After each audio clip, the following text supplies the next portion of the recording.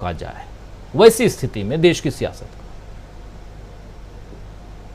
देखिए राजीव, जो प्रश्न आपने उठाया, ये प्रश्न जो है राहुल गांधी दोषी हैं या निर्दोष हैं इसका नहीं है। ये प्रश्न इस बात का है कि माननीय सुप्रीम कोर्ट, जिसको हम सर माथे पे रखते हैं और जो मुख्य न्यायाधीश महोदय हैं उनको हम मानते हैं कि न्याय के वो प्रेरक हैं और प्रेरणादायक हैं। हमारी जो पूरी दृष्टि है वो इस बात पे है, क्योंकि अभी तक जो निर्णय हो रहे थे, अभी तक जो कोर्ट डिसीजन हो रहे थे, वो गुजरात के अंदर हो रहे थे। तो हम समझ सकते थे कि गुजरात की अपनी एक अलग मान्यताएं हैं और उनकी अलग एक प्रतिष्ठा है। लेकिन अब जो प्रश्न है, ये कोर्ट है हाईएस्ट कोर्ट, ये है सुप्रीम कोर्ट, और चंद्रचूड़ साहब इसमें निर्णय लेंगे तो उनका जो निर्णय लेने का उस पर हमारी निगाह बड़ी क्लोजली रहेगी और हमारी जो पूरी देश की न्याय की प्रतिष्ठा है। क्योंकि देखिए, दो तीन प्रश्न है राजीव जी। पहला ये कि अगर उन्होंने राहुल गांधी को दोषी माना तो इसका मतलब वो एक मानदंड स्थापित करेगा, एक मापदंड स्थापित करेगा कि अगर ललित मोदी और नीरव मोदी को चोर कहने पे किसी आदमी को इतना गंभीर दंड मिल सकता है, तो इसका मतलब यह है कि वो एक मापदंड वो स्थापित करेगा। अच्छा, दूसरी घटना आप देखिए राजीव जी, जिसका आपने संदर्भ लिया, पीएमके जैसी पार्टी जो एनडीए का पार्ट है, अगर कह रही है कि यूसीसी देश की एकता अखंडता के खिलाफ है, इसका मतलब क्या है? जरा इसका विश्लेषण कीजिए। इसका विश्लेषण यह होता है कि जो देश का पूर्वोत्तर है, जिसमें नागालैंड है, मणिपुर है, मेघालय है, मिजोरम है, जो पूरी तरह से यूसीसी के खिलाफ है, इसका मतलब यह है कि दक्षिण के राज्य भी, जिसमें पीएमके जो एनडीए का पार्ट है, अगर वो यूसीसी के खिलाफ है, इसका मतलब यह है जो अभी तक हम समझते रहे कि सत्ता पक्ष देश को खंडित करना चाहता है, देश को टुकड़े टुकड़े में बांटना चाहता है, तो इसका मतलब यह है कि जो हिंदी हार्टलैंड है, केवल ये भारत उसको समझते हैं, ये पूर्वोत्तर को भी नहीं समझते, ये दक्षिण को भी नहीं समझते। तो वास्तविकता में ये भारत की एकता और अखंडता का प्रश्न है। और तीसरी बात, सुप्रीम कोर्ट को, माननीय सुप्रीम कोर्ट को यह भी निर्णय लेना पड़ेगा कि उस आदमी को अगर ये जनता के बीच में जाने से रोकेंगे, राजीव जी, आपने कभी सोचा सुना आज तक? आपने उड़ीसा के एक प्रवक्ता को देखा होगा जो बड़े मोटे हैं और बड़े तरोताजा हैं, वो किसी गरीब के घर खाना खाने गए और गरीब का पूरा खाना खा गए, और उस गरीब के बच्चे जो है तकते रहे, देखते रहे कि उनके लिए कुछ बचेगा कि नहीं बचेगा। ये वो राहुल गांधी है जो भारत के इतिहास में पहला व्यक्ति है जो उन महिलाओं को, जिनके गांव में जाके उनका खाना इन्होंने खाया था, उस ऋण से उऋण करके अपने घर में उनको भव्य भोजन कराया। और महिलाओं ने कहा कि हम लोग जिस खाने को तरस जाते हैं, जो हम केवल रोटी खाते हैं, आज हमने टमाटर भी खाया। तो मोदी जी के शासन में टमाटर खाना भी वैभव और संपदा का एक द्योतक हो गया है।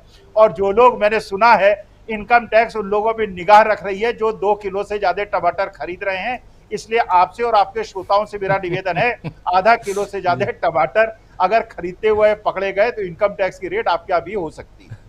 जी, ये वही महिलाएं हैं जिन महिलाओं का आप जिक्र कर रहे हैं, जो महिलाएं आई थीं राहुल गांधी सोनिया गांधी के घर, क्योंकि राहुल गांधी सोनिया गांधी के साथ रह रहे हैं इस वक्त, और राहुल गांधी, सोनिया गांधी, प्रियंका गांधी, ये तमाम नेता वहां मौजूद थे। राजनीति की चर्चा हम कर ही रहे हैं, राहुल गांधी धान बो रहे हैं उसकी चर्चा कर ही रहे हैं, राहुल गांधी ट्रक में चल रहे हैं और ऐसी ट्रक हिंदुस्तान में अब उसका नोटिफिकेशन जारी हो जाता है, ये भी हम देख रहे हैं, और राहुल गांधी अपने यहाँ बुलाकर महिलाओं को खाना खिला रहे हैं, ये भी देख रहे हैं। कैसे देख रहे हैं आप?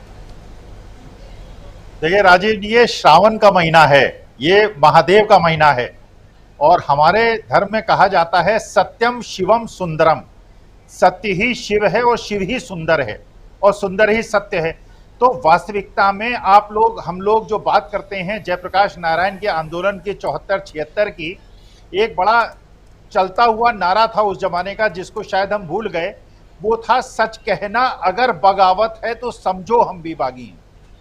वास्तविकता में इनडायरेक्टली राहुल गांधी वही रिपीट कर रहे हैं, और वही रिपीट कर रहे हैं जो महादेव का इष्ट है, और महादेव का नारा है सत्यम शिवम सुंदरम। सुंदर जो है वो सत्य है, और भगवान शिव का जो प्रतिरूप है वो सत्य है। तो सत्य के साथ जो है राहुल गांधी खड़े हुए हैं। जो श्रवण जी ने कहा, वास्तविकता में कि दूसरे देश के अंदरूनी मामले में हस्तक्षेप करना, जो मोदी जी गए और उन्होंने जाके कहा अमेरिका में कि अब की बार ट्रंप सरकार, वास्तविकता में मुझे ऐसा लगता है, ये मेरा अपना मानना है, मुझे लगता है कि बाइडेन साहब से शायद उनकी कुछ सेटिंग थी। अगर शायद उन्होंने वहां ये न कहा होता अब की बार ट्रंप सरकार, तो हो सकता है ट्रंप जीत जाते। देखिए, चंद्रयान की सफलता के पीछे भी शायद यही कारण है। और मैं तो ये चाहूंगा जो विश्व कप क्रिकेट के मैच हो उसमें भी अगर देश से बाहर ही दौरे लगा लिए जाएं तो शायद भारत विश्व कप भी जीत सकता है। देखिए, वास्तविकता में जो राहुल गांधी कर रहे हैं आज की तारीख में, ये पुरातन काल से जो सत्य और असत्य के बीच का युद्ध है वो चल रहा है। और वास्तविकता में जैसे हम लोग मान रहे हैं, सुप्रीम कोर्ट ने अगर क्योंकि ये अगर है बहुत बड़ा प्रश्न है, हमारा विश्वास है, हमारा दृढ़ विश्वास है कि माननीय सुप्रीम कोर्ट भारत की जो मूल भावना है उसको स्थापित करेगा, सत्य को स्थापित करेगा। क्योंकि ये पूरे आदि काल तक आगे आने वाले समय में चंद्रचूड़ साहब याद किए जाएंगे इस निर्णय से। बाकी निर्णय तो लोग भूल जाएंगे, इस निर्णय से याद करेंगे। तो मुझे ऐसा लगता है कि आज की तारीख में भारत का पूरा निजाम नहीं, पूरे विश्व का निजाम ये देख रहा है, जनता देख रही है, जर्नलिस्ट देख रहे हैं, प्रेस देख रहा है, सारे राजनीतिक पटल के लोग देख रहे हैं कि ये जो माननीय सुप्रीम कोर्ट निर्णय लेगा, ये जो भारत की गांधी और जयप्रकाश नारायण की और विनोबा भावे की और पंडित जवाहरलाल नेहरू की है वो मान्यता चलेगी, या इस देश में दुर्योधन, दुशासन और गोडसे की मान्यता चलेगी। ये निर्णय मुझे लगता है कि जो माननीय सुप्रीम कोर्ट है और चंद्रचूड़ साहब हैं वो भारत की प्रतिष्ठा को कायम रखेंगे और सत्य ही शिव होगा और शिव ही सुंदर होगा। सत्यम शिवम सुंदरम, जी बिल्कुल। और बहुत प्रेशर में, बहुत दबाव में, और दबाव ऐसे ना भी कहें, लेकिन अगर नॉर्मली देखा जाए प्रशांत जी, तो एक ऐसा फैसला जिस पर बहुत जल्दी और बहुत लोअर लेवल पे फैसला आ जाना चाहिए था, लेकिन फैसला चूँकि राहुल गांधी के खिलाफ है, और खिलाफ भी ऐसा है कि राहुल गांधी की सांसद ही चली गई, राहुल गांधी का बंगला चला गया, न घर के रहे और न ही संसद में रहे राहुल गांधी। तो ये है।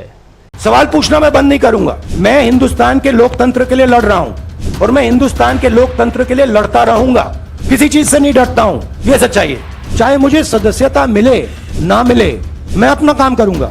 अगर ये मुझे परमानेंटली डिस्क्वालीफाई कर दें तो भी मैं अपना काम करूंगा, अगर मुझे रीइंस्टेट कर दें तो भी मैं अपना काम करूंगा। मुझे कोई फर्क नहीं पड़ता मैं पार्लियामेंट के अंदर हूं या बाहर हूं, कहां हूं। मैंने आपसे कहा मुझे अपनी तपस्या करनी है, मैं उसको करके दिखाऊंगा। Disqualify me for life, put me inside jail, I will keep going, I will not stop. हमारे चैनल से जुड़े रहने के लिए YouTube पर टाइप करें DB लाइव, सब्सक्राइब बटन को क्लिक करें और बेल आइकन को दबाना ना भूलें, ताकि खबरें आप तक पहुंचती रहें।